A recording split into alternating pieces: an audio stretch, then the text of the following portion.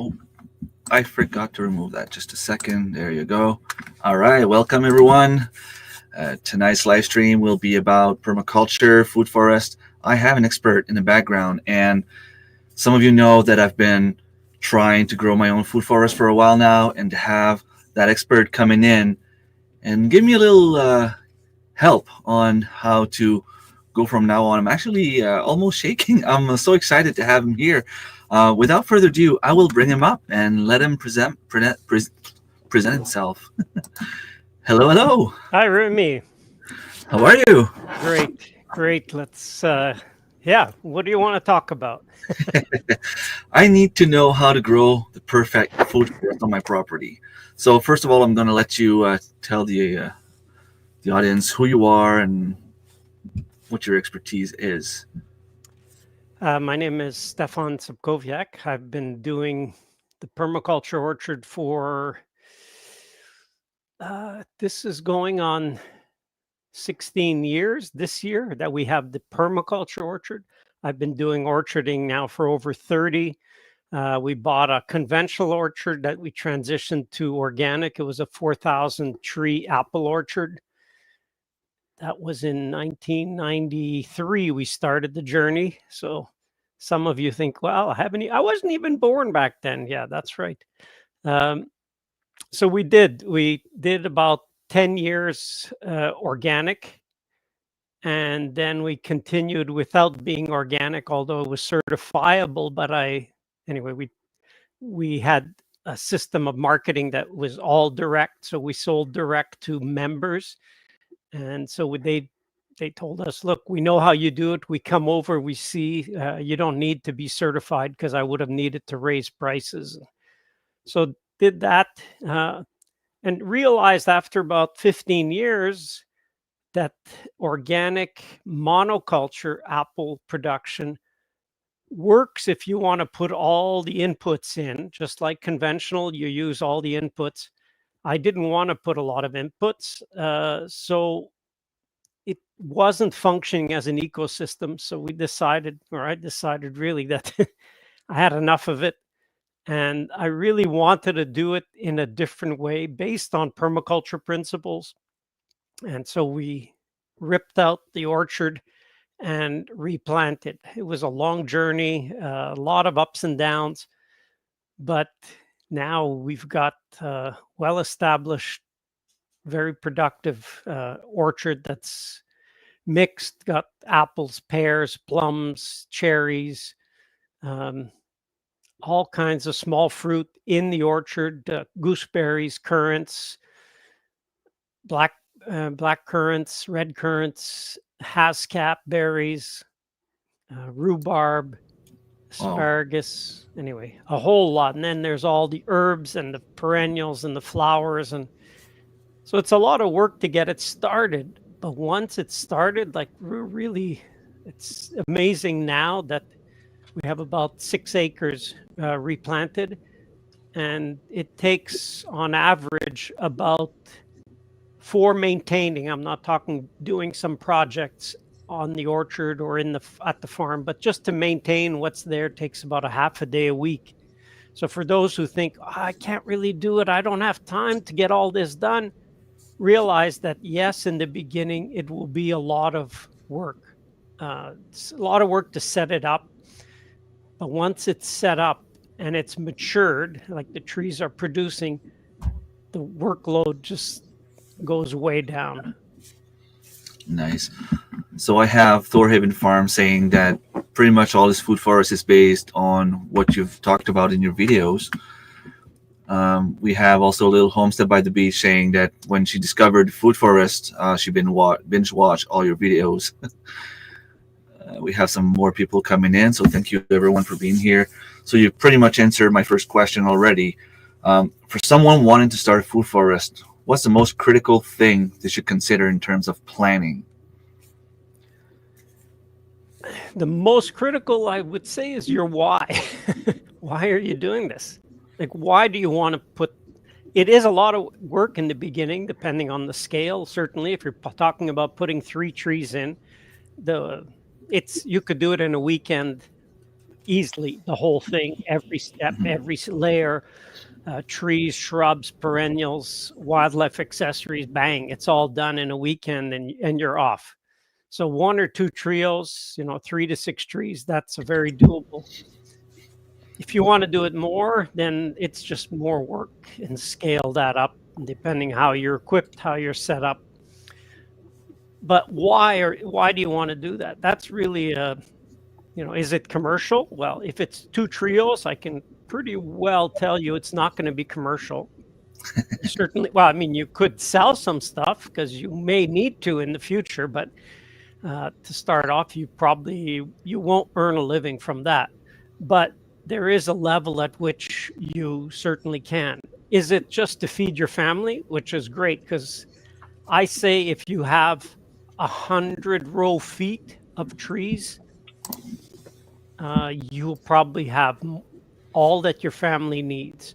That's not that much when you think, do I have 100 feet or 250-foot rows? You could have enough to feed your family. Why? Actually, maybe people can put in what's their why. Why do they want to get into this? Nice. Well, in my case, it's to feed my kids mostly. I have 5 kids. They eat a lot of fruits, and I just love to go outside in the summer. And every few weeks, there's a different fruit to harvest, and I just love it. You can go out, eat some strawberries and camaries, and then you'll go for raspberries and blueberries and apples and pears, and it's just lovely to go out and enjoy the fresh air and fresh fruits. For people that may not be familiar with the concept of permaculture, can you just give us roughly idea of what it is? It's not a technique. Permaculture is really a design. You could call it a design science. It's a design way of thinking. So you design an area, probably, let's just put it in the context of a food forest or permaculture orchard. The whole purpose of it is to do your design in a way where you don't rely on inputs or really reduce the amount of inputs you would need. It's also a way to design so that you actually design the prevention right into it. And that's, people think, oh, well, when you do it, you just have to do this after. But I can tell you, there's no way I could spend a half a day a week if I didn't have a huge amount of prevention designed into it. So that makes a big difference. There's 12 principles. There's lots of pieces. Some of the most useful I find, Mollison had a great one that he would say, when you choose an element is anything you add to your landscape. So if you put a house, that's an element. If you put a tree, that's an element. If you put a flowering perennial, that's an element. So each element that you put into your design should have at least 3 functions. And that's a really, it's so underestimated. I used to do landscape architecture. I'm a landscape architect by training, and I found so often for landscape in let's say, gardening or horticulture way, The landscape would not do that. You would add a tree or you would add a shrub, especially, and that shrub had 1 week of show and that's it. Well, in a permaculture sense, if you're going to choose an element, I'm choosing to put a shrub, and you put a Saskatoon berry instead, which is a shrub, you go, well, what does it do? Well, it has a great flowering. It's one of the earliest flowering plants, Amelanchier alnifolia. Second, after it flowers, it produces fruit. The fruit are actually change color. They go from green to kind of whitish to black, blue or red, and then blue and black. So they add some color right there. And they're delicious, not just for people, but the birds love them. In fact, in a lot of areas, if you don't have enough of them and you don't have a way of protecting them, the birds will actually eat them all.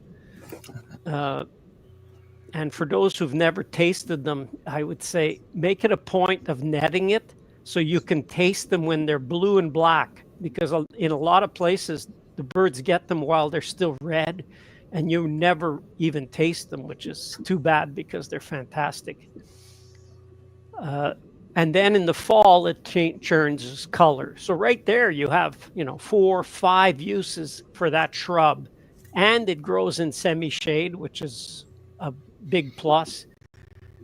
So you can have your plant working a lot harder for you, and that's just one of the kind of useful ways of thinking in permaculture. And I mean, I apply it now to anything. If I'm going to do something in the house and I'm going to put something, I want it to do 3 functions.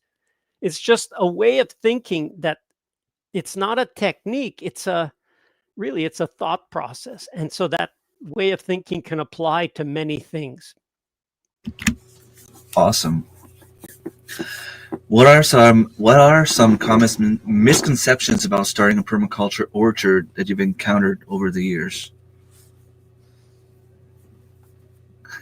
Yeah, maybe one of them is kind of idyllic, where people think, oh, this is so amazing. I'm going to get a bunch of seeds. I'm just going to walk out in a grassy area. I'm going to throw these seeds, and in 5 years, I'll come back and I'll be walking and eating all these different things, and it's going to be amazing. It's not quite that easy. That would be amazing, but it's not. It doesn't work that way. You may get some things growing, but you certainly won't get all the layers and the complexity happen just by throwing seeds. There is some involvement that needs to happen. Maybe the other misconception is that, I don't know if I've heard a lot of times, and I've traveled pretty well all over the world with it, except for South America. And people would say, well, I don't know if it'll work here. And I mean, I've had great success in Europe because people go, you're from where? From Quebec? Like how that's winter for most Europeans. Canada is winter. So they go, wow, if that will work in Quebec, I think it probably will work here. Because it's easier to convince someone when you have a situation that's much tougher. Like our coldest that we've ever experienced at the farm in the 30 years we've been there is minus 38 Celsius, which is almost minus 38 Fahrenheit. I think it's minus 35. It's cold. It killed a quarter of all my trees when I had a monoculture apple orchard. And so that happens. And just as a point on that, I always recommend when people think, I want to try growing in our area, for example, peaches. Peaches are really on the edge, and for us, I've tried it 4 times and they all die. So I recommend to people, go the other direction. Don't try and be on the edge of what your zone is. Go one zone colder.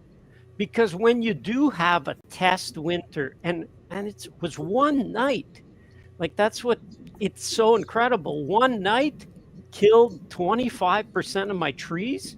Well, Oh, it killed them back, some of them dead, and some were knocked back so hard that the next winter we only had minus 34, but that finished them off because they were already severely weakened. So I call that insurance. You're designing in insurance for, hey, if it gets warmer, no problem. But if you get that colder spell, and what I find is, climate is like this, it's up and down, it's up and down. When you hit the down, and especially if it's in a climate where you might experience frost. You don't usually get frost, but if you get frost, well, plan on getting frost. You say we don't usually get frost, but plan on getting frost, because if what you put in will withstand that frost. You go, yeah, no problem. The trees went through and everything's fine. awesome. So Thorhaven Farms asking if you have any advice on good netting technique to not trap and harm the birds. Yeah, I've seen netting, and I've seen quite regularly birds trapped in it. Let me say that if a bird is trapped in your netting with your fruit, don't be too alarmed for it, because you can let it out and it's had food and water. There's enough water in the fruit that it will survive. So the only way to really try to prevent the birds from it is your net has to go right to the ground, and then put a weight, like put your net up and over and give it a lip. So you could put some weight on the lip and keep the edge tight. So there's no way for birds to get in underneath. That's really the only way. It helps to have your, let's say, berry bushes. Often it's the ones that suffer the most. It's helpful if you have a section. So we replanted part in blueberries. So we put blueberries in groupings of 3. So if we have to net, we can net the 3 and then net the next 3 and so on, rather than a single bush. It just makes it a little more efficient. If you want to go with, one whole row or a section of a row of the same thing, it just makes it easier to net. And another point is, when you're thinking of a row, think of row length in accordance with the supplies. So often supplies are sold in 100-foot increments. So you could get a netting, let's say 100-foot. You could get longer pieces, but let's say 100, then you can have it so that you're netting the whole 100-foot row. A lot of little details that you may never think of in the beginning, but when you start getting closer to implement, you go, oh, wow. Somebody just asked me a few days ago about buying mulch, and I said, well, you probably need to buy on special order, because certain things, they don't have an item like that in stock. Cool. Little Homestead by the Beach is asking if you're in Zone 6, growing Zone 6. I'm in Zone 5, Canada, so that's USDA Zone 4. What's the first step someone should take to create a permaculture food forest in terms of designing the land? First step, many people don't do, but I would say your first step is really try to, if you can, give it a year to see the property at all times through a year. You may not experience, for example, a really wet year, so that you don't know, but you can get an idea. I always say, if you're observing, to observe in the worst times. Like if you have the coldest night of the year, aim to be on your property in the morning on that coldest day of the year. You say, yeah, but it's so cold, I don't want to be out there. Yeah, but that's where you'll get information that you may never be able to get. You'll see things. Like I remember one place driving, and it was a really cold morning, and you could see hoarfrost. You know what? It's like a fog, that happens when it's really cold. The air is super still, and it formed like a cloud in a little valley. And that hoarfrost indicated here's the level where certain trees or plants would really suffer below that level. And it was like, wow, but you get these hillsides that are perfect. If you put your orchard up in that area, you would not get the coldest night hoarfrost or, cold air accumulating. So being able to observe all the extremes, when it rains the hardest, how does the snow drift if you have snow? How does, yeah, all the things. Maybe it's for you, it's bird migration. And, when the birds come in, oh my gosh, they're all over the place. So trying to observe is really a first, because that will, some areas, like you walk your property, if you're experienced at it and you've done, it's not your first time you've looked at property, then you will get a lot of clues, but the 1 year will help reinforce. I had a clue that this area would be good. And you know what? I never thought of the wind coming when it's, I don't know, look at California wildfires, it was really, how does the wind go that it pulls the flames up the hill? Where does that come from? What's your angle? So all these are kind of questions that you can have that are valid, but a period of observing the reality of your site. I tell people, I once had a client, I did a consulting, and they were looking to put in their orchard in one place. And an orchard is a sizable investment. Like if you're going to put in an orchard, you could count on tens of thousands of dollars. I went on Google Earth with them and I said, so out on your property, where are you looking? Oh, we're looking to put it right here. Oh, I said, wow, that's the worst spot you can put it. But they said it would look so good because as you come up the long winding road, you would come into a vista of the orchard and it would look, I know, I said, but you got a huge mountain behind up the hill that all the cold air gathers. And then there's forests on each side, and it would create such a bold effect. I said, you would probably end up losing 1 year out of 2 your blossoms. They would just freeze. So even if you got the trees and the trees survived and the trees grew, and after 10 years they were starting to bloom, I said 1 year out of 2, my guess is they'll freeze out.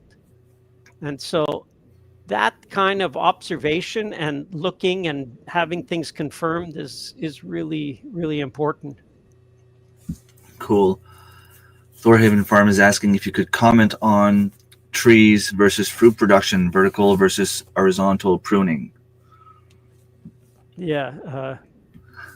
Thorhaven has probably seen some of my pruning videos. Certainly, it's really... my mentor in this, Dr. Jean-Marie Lespinasse, who was from France, and he really brought the techniques that were well advanced in France. Like he developed these in the 80s, and in the 90s, he was really teaching farmers in France how to reduce their pruning time. And it really came down to the cost of labor was too high, was too high to compete with other countries if you use the techniques that were used before. So this is really based on observation, because he spent 10 years observing trees to get a handle on how exactly and what's happening.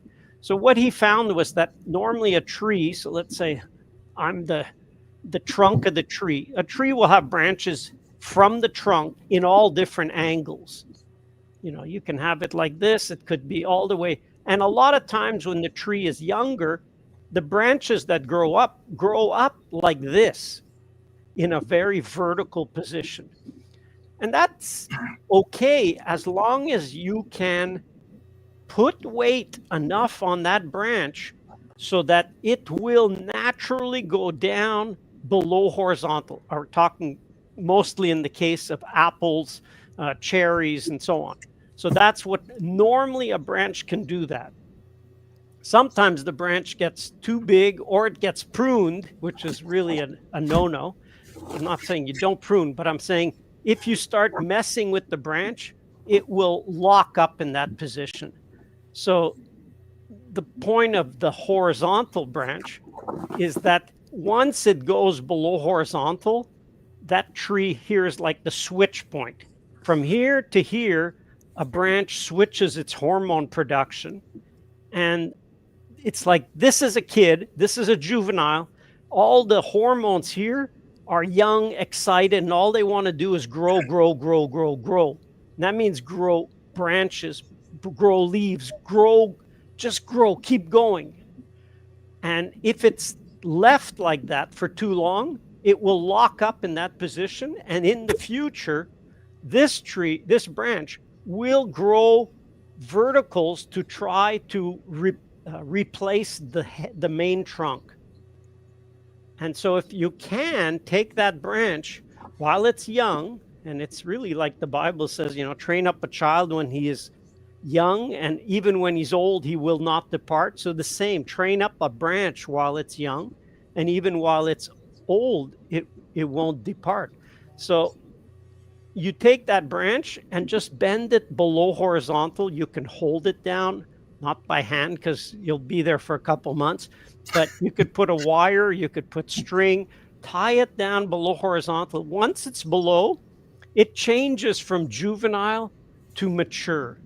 So that switch it's like a switch, you know, on, off.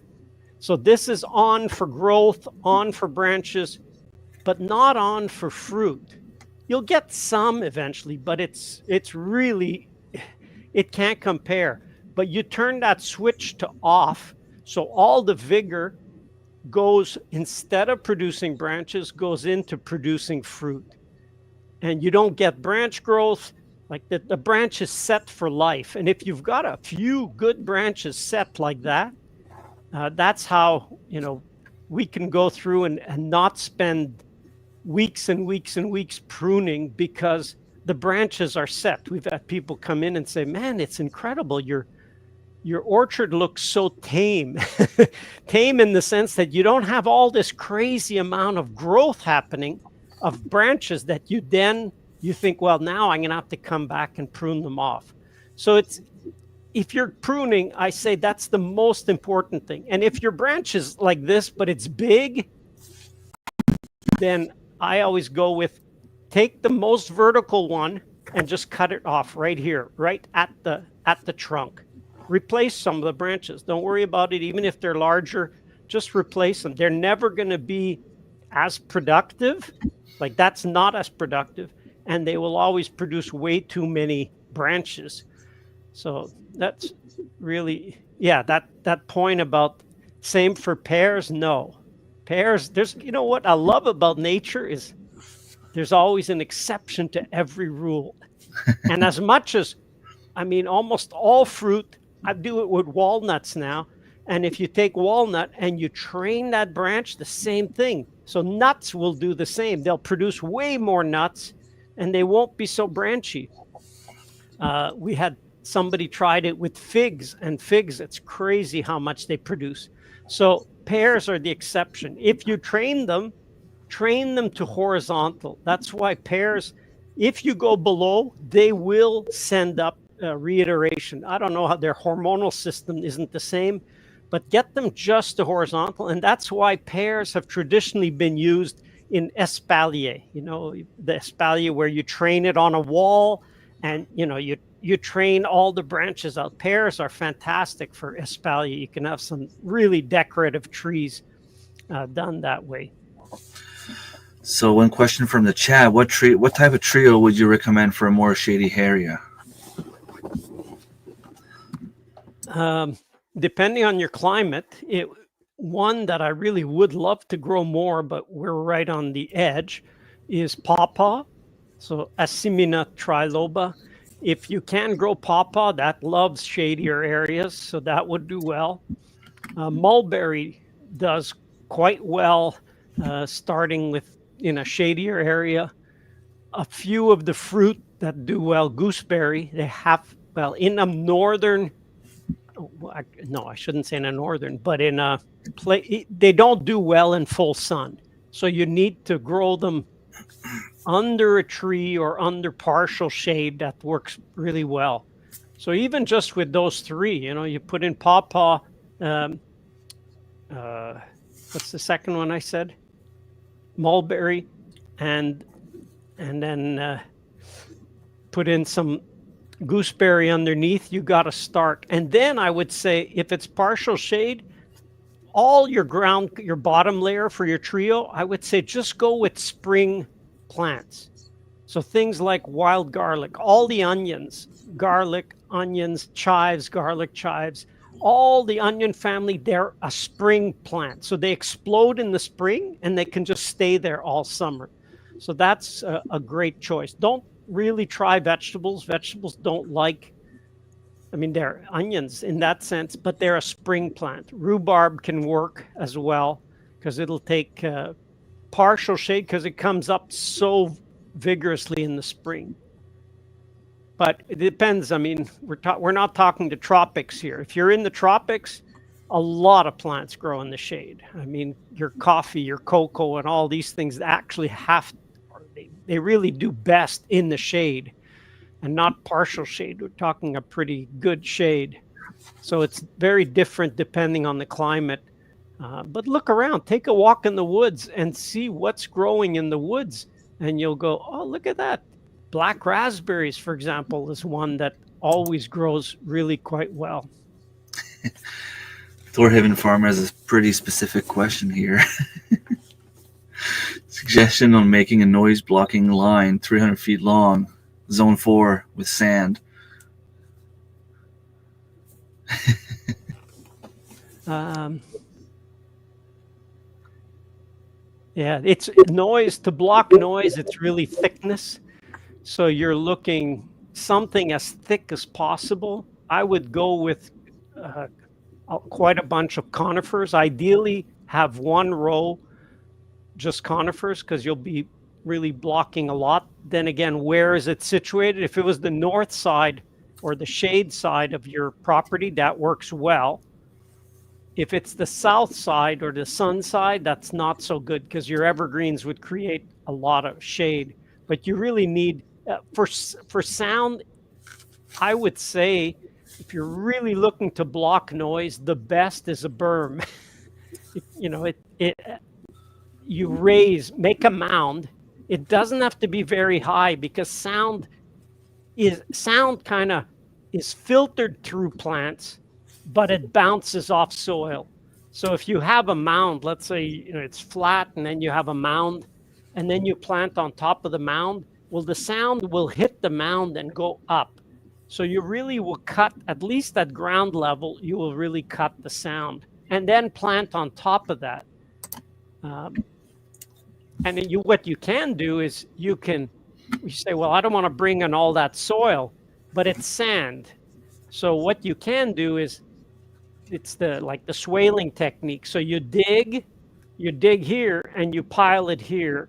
So then hopefully you can catch in sand. You won't really catch much water, but you will have a moister area down at the bottom that you may be able to grow a second layer of trees to help block. And I would just say run a line of irrigation on top or put really drought tolerant things like pines and cedar will do well without really much water at all. Cool. Ideally layers. A few lines will really help block. Yeah, I think the problem that Thorhaven Farm has is the neighbors has a lot of dogs, competition and stuff for training or whatever, something like that. Talking about soil, I know Thorhaven Farm lives pretty much on sand. How do you approach soil health in permaculture orchard? Any specific techniques you recommend for regenerating poor soil?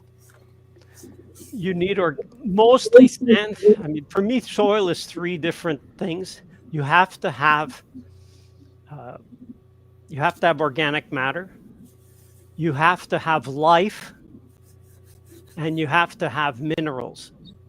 So many sands. I'm in beach sand. Our sand is like there's some rare plants because it's so sandy. The neighbor has sand dunes. So to give you an idea, at one point when they cropped it, actually even before that, when the sand was deposited, it was the edge of a lake, or the Mer de Champlain. It was the actual sea. And so the neighbor has the sand dunes that drifted. So it's very sandy. What that soil lacks usually is organic matter. It can have life, but it depends what was done before, and it needs minerals. So I would say your best bet to cover all three is to get some compost and mix it with the rock dust. And you could do all different rock dusts, but probably one of the biggest bang for your buck is to get basalt, which is volcanic origin rock. And putting those two together is really your best bet to cover, because you'll have the organic matter in the compost, you'll have the life in the compost, and you'll have the minerals in the basalt.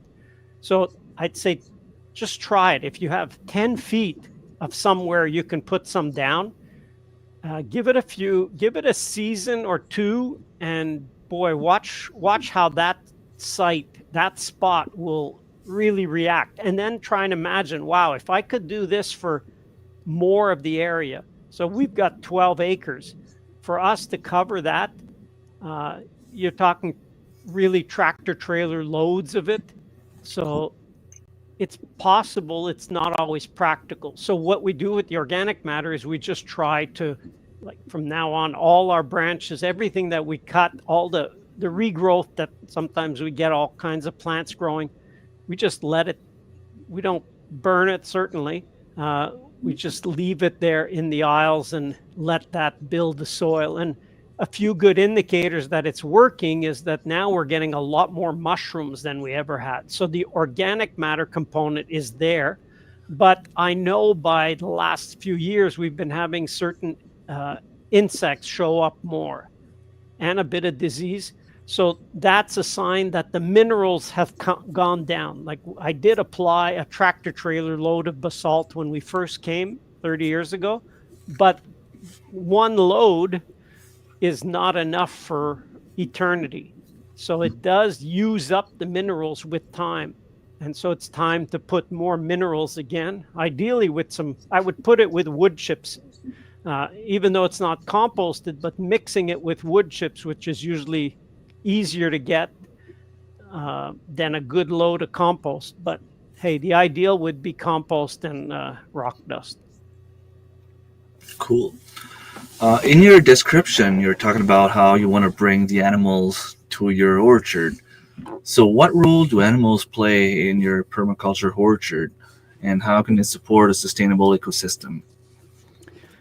Animals are really just recyclers. They will take what's on site, let's say in the case of any of the grazing ones. So things like geese, you could put even some of the ducks, the Muscovy ducks, they'll eat a lot of what they need right on site, just in the grassy component.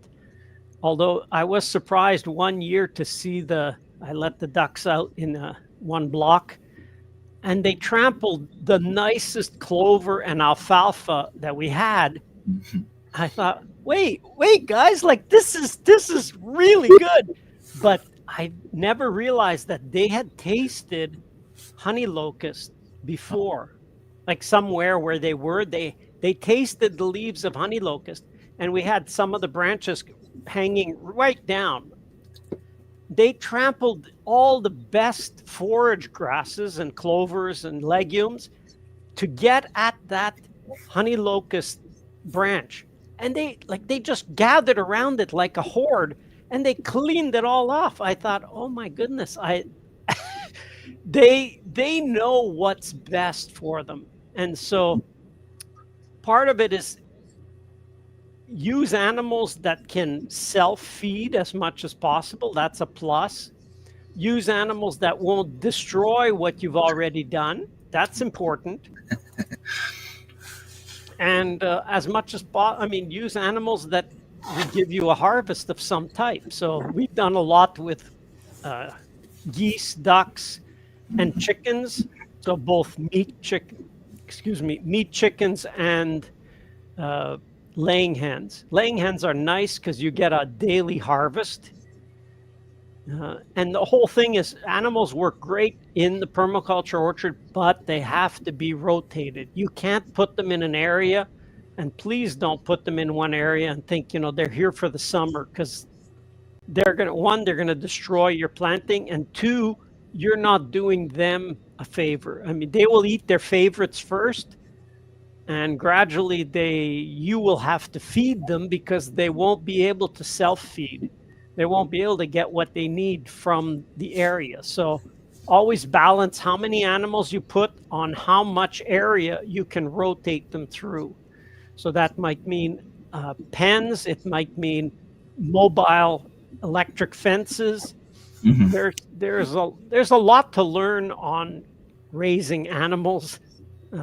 That's a whole journey on its own. And I usually ask people, what are you most passionate about? Because there are people, like, I'm a very much an animal person. I studied in biology, so I love animals, but I like plants.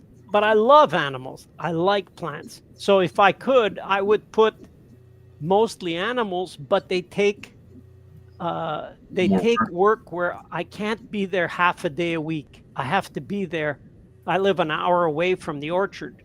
And so to do animals, you really need your presence. If you live on the property, great. Animals, daily visit and you're good to go. Move them once a week or move them twice a week and they'll be very happy. How do you handle pests in permaculture orchard without resorting to chemicals? I divide pests into those that affect leaves and those that affect the fruit. So right there, it's a pretty easy. If they bother with the leaves, hey, I don't care. Like, eat leaves. It doesn't bother me because I know, because I built up the levels of wildlife that go, hey, you're eating leaves. You're food for me. And so we have almost 300 nest boxes on 12 acres. So we get a lot of bird pressure that are all, when they're raising young, they're all looking for something to eat. And if I see a caterpillar, I know for sure now that within 3 days, when I come back, there's no caterpillars left. Like, it's gone. So that's part of the designing the system to do the prevention. You don't have to intervene. And it's, and I know it because I was in a monoculture system. And a monoculture is designed to keep you busy, to keep you so occupied you can't think. And so it's like, no, get unbusy so you could step back and think. Winter's great. Winter is a great time. If there's nothing really you could do on your property because it's winter, then think about your property. Think about the problems. I always like to look at it and say, okay, how can I change this? How can I make it work so much better? So for the leaf part, that's not an issue because the birds and wasps, and we really encourage wasps, they take care of the leaf eating component. Then those that affect the fruit, we really have 3 insects that affect fruit in our area: the codling moth, apple maggot fly, and plum curculio.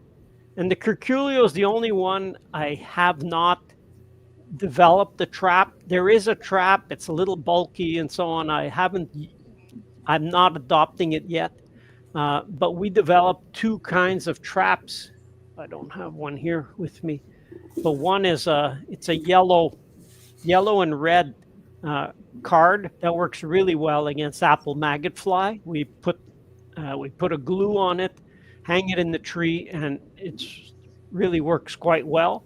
And another one is a simple recycled 1 liter oil container that we put water and molasses, and that's great at catching codling moth.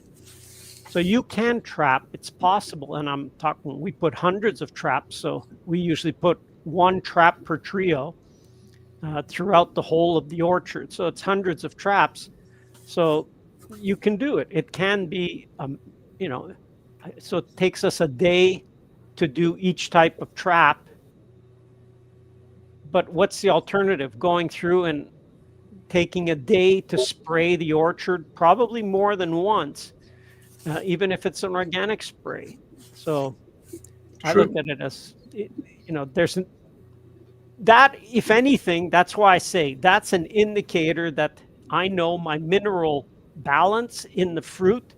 There's times that the fruit are stressed or the trees are stressed because they attract the insects. So insects, I did a YouTube video some years ago about aphids. Aphids are a great indicator, and it's fantastic. If you say, I know in Europe especially, man, they complain about aphids, but I say, well, how much do you fertilize? Oh, well, we fertilize 150 pounds per acre equivalent of nitrogen. Well, don't look too far. I mean, yes, your tree needs nitrogen, but your tree can absolutely get all its nitrogen need directly from the soil. I mean, the air is 72% nitrogen. How can we have to add nitrogen? That makes no sense. It's insane. Anyway, so once you cut the synthetic nitrogen, your aphid problem within a year, or certainly by 2 years, will completely disappear. When we bought the orchard, it had been sprayed. It was sprayed between usually 10 to 35 times a year. Like it was a biological desert. I can remember we got there and it's like, wow, there's beach sand under all the trees because that's the herbicide strip. They put herbicide. I mean, there's no organic matter. It's just beach. You could go, it's like going to the beach. The sand underneath the trees was incredible. And so that, I remember digging, finding one worm in 100 holes. It was like, wow, there's a worm. Those are indicators. If you dig a shovel, we were in sand. Now, if we dig and we only find one worm in a hole, it's like, how come there's only one worm here? You have to start to ask. Like, there should be several worms in any shovel full of soil. So those are your macro indicators, and then you have a lot of small ones. So aphid's a great indicator of just you putting in synthetic nitrogen. It could even be compost. You could put compost or manure and get aphids. Little homestead by the beach saying there's a worm eating our hops and I can't figure out what it is, what to do with them. Birds are not into them. BTK works, but I don't like it. Yeah, worms. I would recommend that you start listening to John Kemp's podcast, Regenerative Agriculture podcast. He reiterates again and again, there is not a single insect that you can't get rid of if your tree is absolutely well fed. Well fed doesn't mean NPK. It's usually a lack of some mineral. And that's why I say basalt, because basalt has a huge amount of trace minerals in it. So that would be the first thing. I would say, you know what, if you have, let's say, a row of hops, this spring, try, as soon as the soil is clear or available, put in a 1-inch layer of compost and basalt on part of your hops. And I say that because I tried it on my worst plant that we had. It was a rose bush that would get eaten. Like, you wouldn't see a leaf that was whole on the plant for years. And I thought, you know what, the first time, this was probably 40 years ago, I tried this. And I thought, I'll try it on the absolute worst plant. And it would never do anything. It would try to produce one rose, which would be half eaten. And we put it in the spring. That summer, at one point, I didn't even recognize the plant. I thought, wait a minute, where is that decrepit rose that you normally wouldn't grow much because it would be eaten back constantly by worms. And that summer, so from spring application, that summer, and all I did was I put one bag for the one plant. So it gave me about a 2-foot ring around the rose bush, about 1.5 to 2 inches thick of mulch. So it was a mulch layer. And it went from no roses to 36 roses. I was like, whoa, wait a minute. What happened to this rose bush? The second year we got 30. The third year we got 20. And the fourth year we saw some worms back again. But 3 years and up like 0 insects. The yield, the amount of roses came down, but that was one-time application. So try something like that. It's in the end, if it works for 2-3 years for you, then look at a program. Every 2 years we'll put some more, and that's it. And after a few years, you'll see you build up such a bank account for those plants that they're off. There's no worm. So it's the idea of treat versus solve. So that's why I say a lot of times it's, if you have to do an input, do it once for years, not this several times a year, not this, I can treat. Yes, you can treat. You can treat against anything, but usually it's the same amount of time. The treatment time is the same as the solving time. And often the cost can be very comparable depending what you're treating with. And none of the suppliers for the treatments will ever tell you how to prevent it. They'll always say, use this, use that. And a lot of times producers get so locked into this, I call it the hamster wheel. You're on the hamster wheel, you're solving a problem. And if you do the opposite, if you get off, and I can remember, like I said in the beginning, our orchard had been so nuked, so sprayed. We took over, and I thought organic meant you don't spray. That was a mistake because it was a monoculture. It was a sick ecosystem. It didn't function well at all. The soil was in terrible shape.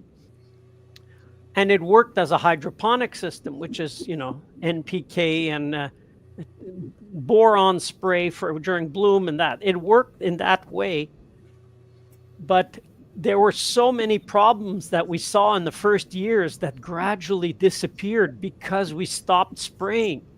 I can remember we used to have 1 out of 2 trees had some kind of terrible canker. And I remember seeing a canker last year, 1 canker. I thought, wow, I haven't seen canker in like 25 years in the orchard. And there again, if you see something, ask why. It's that have an intense period of observation in the first year, perhaps, but be observant for the life of your property, because if you see something out of the ordinary, really there's a reason, and it's always the why. So I looked at that 1 tree and I thought, why is there a canker on that 1 tree? And it was the one closest to the duck pond. So I knew that the water table there was higher. The plant was stressed because the water, it was basically sitting in too much water. And that stress is manifest in disease, in insects, and so on. I see another question. Yeah, I hear mixed ideas on adding earthworms to northern soil, Quebec City, because they're not natural. They're not natural anywhere in North America. Earthworms are non-natural, but they have naturalized. So it's a rare place that does not have earthworms. And you don't want to, you can try not having earthworms. I would be curious how that soil functions, and it did function for thousands of years in North America without the giant, well, not giant earthworms, but the not the red wrigglers, what's it called? The giant night crawlers. And now they're all over the place here. They're everywhere. They've migrated into now they're not up in the Arctic, but they're there's a point at which there's no more earthworms. Did you see in your last video that granite is a good source for the rock dust? If yes, I need to be friend with someone near. Yeah, granite is also a different type of volcanic rock. So granite, there's several forms of volcanic rocks, which are all very high in minerals. Their profile changes. I would say if you're in an area that is naturally granite, so you'd be easier to find granite, but you may be less of certain minerals that would be found in another type, because usually you'll be well supplied with the minerals that are in your, like if you dug down, then those rocks will be the main ones that create your soil. So if you can add a little bit of a different one, and it's not a large quantity, you're just, a few bags can make a big difference. And I would always say, just try it. Try the granite, see what it does. I guarantee it will give your soil just a shot of youth. Like it will grow. Give you an example. One year when we were using rock dust, we had spread it on all the growing areas, but I had these a pine planting as a windbreak on 3 sides. And the pine, when I dig through, in a pine forest, you have these layers of old needles. Mm-hmm. And I could peel through and count 5 distinct layers. Like you see, this is the fresh from last year. This is the older and older and older. And then there's the ones that are almost decomposed. So there would be 5 years of old needles underneath the pines. And I thought, just out of curiosity, I just try things. So I took some rock dust and I spread in a section underneath the pine trees. And I just forgot about it. And then walking along one day in the late summer, I kind of looked and thought, wow, there's no pine needles here. It's all grassed. It went from completely covered in pine needles to just grass. It had decomposed all those needles, incorporated into the soil, and grass came up. I had never seen grass growing underneath the pines. And so it was just confirmation that don't be afraid, just try it. Try a small area, ideally for anything, I have this problem, so try a small area and do that and see what happens. It's a one season and the change is dramatic. So try your granite. Absolutely. The finer the dust, I always say that the technical measure is it has to go through a 200 mesh screen. 200 mesh is I don't remember the size. It's tiny. Like what comes through is dust. And if you say, I don't know what it is, well, put a handful in your hands and blow it. If you can blow it all out of your hand, then that's the dust you want. If you blow and half of it stays like sand, you could put it on, but it won't give you as much effect because that sand will take years to break down. Can Stefan comment on the benefits of rows versus everywhere cluster? Well, it really comes down to how much of something you're growing, because cluster is good. You could create little islands, and that's great. Row just makes that if you're harvesting more of something, it just makes it easier to access. But for a yard, I'd absolutely go in a cluster. Put a planting in one tree with a collection around it. That works fine. Someone's asking if it's possible to visit your orchard during the growing or harvesting season.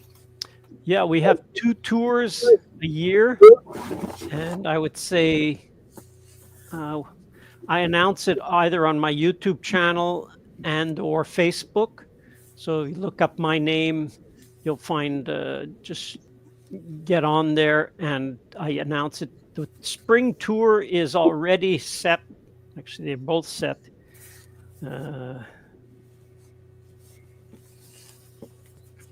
It's set for May 17th. So that's the spring tour, and we'll have it on our website to sign up.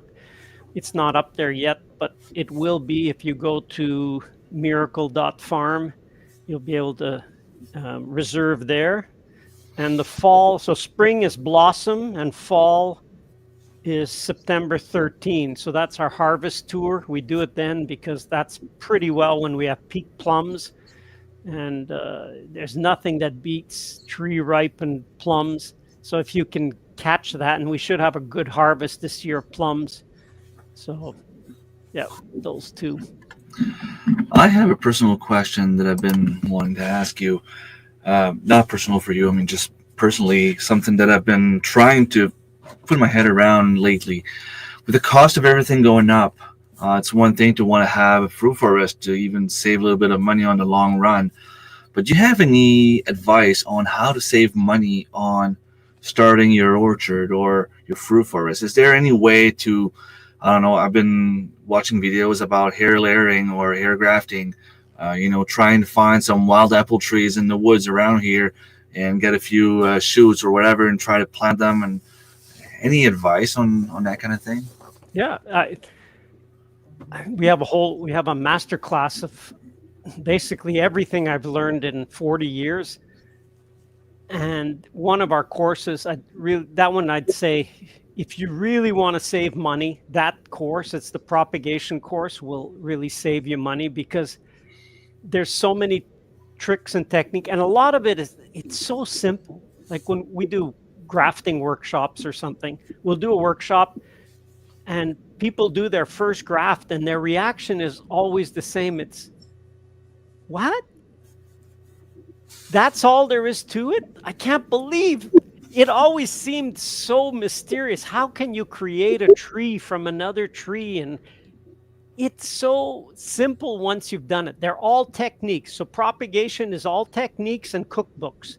So you learn how to sow, what to do, how to treat it, how to scarify, whatever you need to do. Each one has a recipe. And if you want to save money, like we did when we started, I really didn't have money to replant. So we started our own nursery. So we grew thousands of trees out, and then we propagated. I think I bought 20 shrubs just to have certain cultivars. And then we just multiplied them by sticking cuttings right in the tree rows. And that saved me, like we calculated just on shrubs, if we had a 500 shrub planting morning, like we put in 500 cuttings, even if we just got 80% success rate on that, and we got 400 shrubs established, if you go to a garden center and buy a fruiting shrub, what would it cost you? At least $50. No, a shrub. A shrub? Okay, yeah. Well, maybe 30.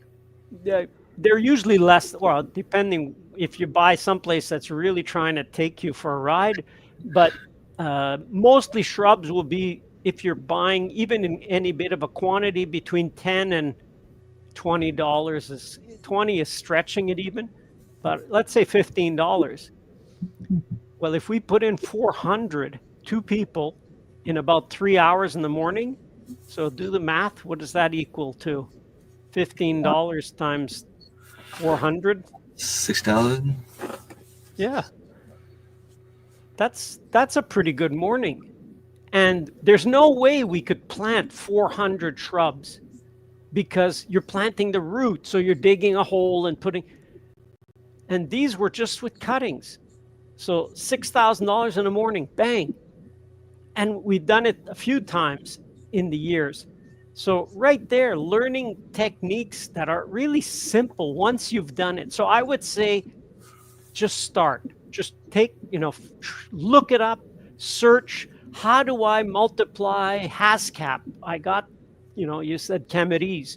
I got Cameries. How do I multiply Cameries? And usually you'll find, if you know exactly the name of the plant, you'll find somebody who's put out some video or some description on the cookbook, on the recipe for that plant, and just try it. And never just say, I tried it, it didn't work. Because there's so many, sometimes little details that people don't always tell you about what makes that it works, but it's worth putting effort into learning that, because that's definitely what pays the most. My apprentice at the time when we started to do the nursery, he worked with me on and off for 3 years, and when he left, he had all the tree. We split the trees half half, so he had all the trees produced in those 3 years, and he started his own orchard, and he gave an evaluation of $70,000, the value of those trees. So it's like, you don't have much money. If you have some time and you're willing to put into doing this, that's definitely what per hour what pays the absolute most and will give you the biggest dividends. And once you've learned it, you know it. Like grafting, no big deal. Cuttings, no big deal. Seeding, no big deal, because you've got it, you know it, you've done it. And then it's like, what else am I going to do with this? Would cuttings work with apple trees? It's very difficult.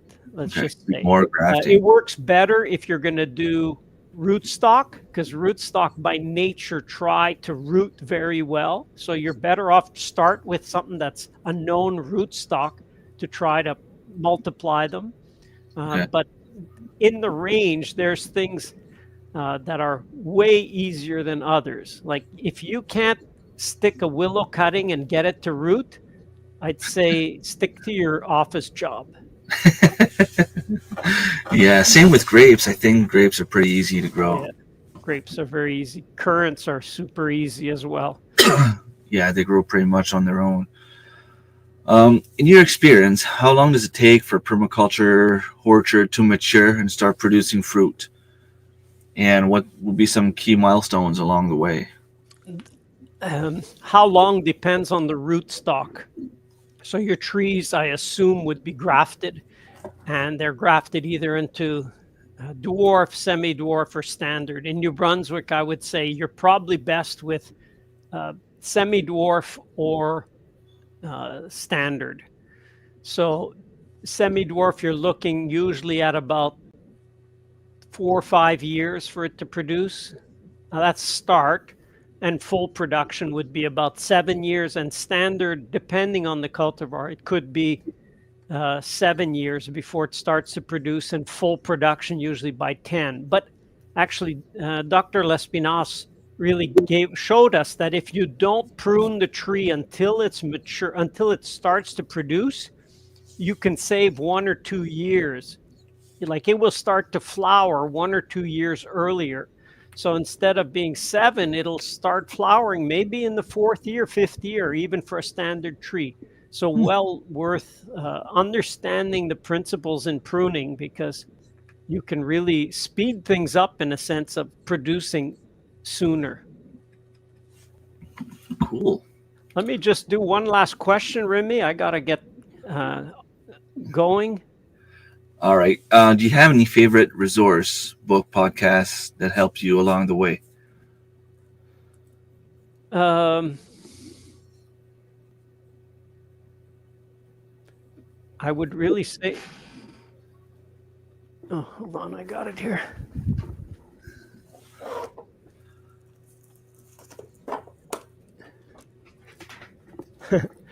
I'll plug my own stuff first, but whether it's in French or in English. So this was a film we did actually over 10 years ago, and it's still applicable. The orchard, if you look, the orchard doesn't look nearly as large as, let's say, what we've had in the YouTube videos the last few years. But it was meant to be a mini course to get you started. And it is. It's 2 hours. It's super dense. Like it's bang, bang, bang. All the key elements are in there. So we've since revamped now with the masterclass, and it's like way more detailed. But this was meant to hit on all the key points quickly, but just to expose you to them. So that is well, we did it because there wasn't anything really out there for it. There are YouTube channels you could look up under things that talk about food forest, things that talk about syntropic. So there's some really interesting channels that are dealing, like I look at one, Byron in New Zealand, and Byron's doing a great job in New Zealand, but also like it's applicable to other climates as well. Like don't try to emulate the growth that he gets, because northern New Zealand is subtropical and it grows like crazy there. New Zealand is a tree climate. Yeah, channels, books. There's not that many. There's not that many books that touch on it. Yeah, look around under.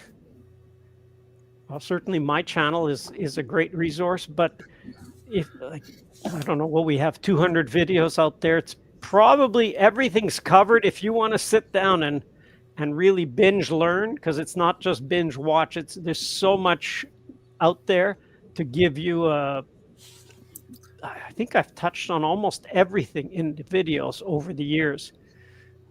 Cool. Yeah, start with that. There's, certainly subscribe to my YouTube. That's where probably most of the information is nowadays. Is your DVD you just showed us available on your website? No, it's available from the filmmaker's website, which is permacultureorchard.com. So Okay. if you go there, in the French version is under vergerpermaculture.com. You can get it through Amazon. You don't have to, I thought nobody uses a DVD anymore, but some people do, but you could get digital versions as well. Cool. All right. Well, thank you so much for being here. Guys, the information, the YouTube channel, the website is all in the description. And I suggest you go and support Stefan, because as you can see, he knows his stuff. Pretty amazing. Thank you so much again. And hopefully we'll be in touch again at some point. Perfect. Thanks for the opportunity, Remy. Thank you so Great much. season. Yeah, you too. All right. Bye. I'll get you out. All right, guys. I will leave you guys there as well. Thank you so much for everyone who was here. The questions were amazing. I received a bunch of interesting information. It was great. See you probably Sunday morning. Take care.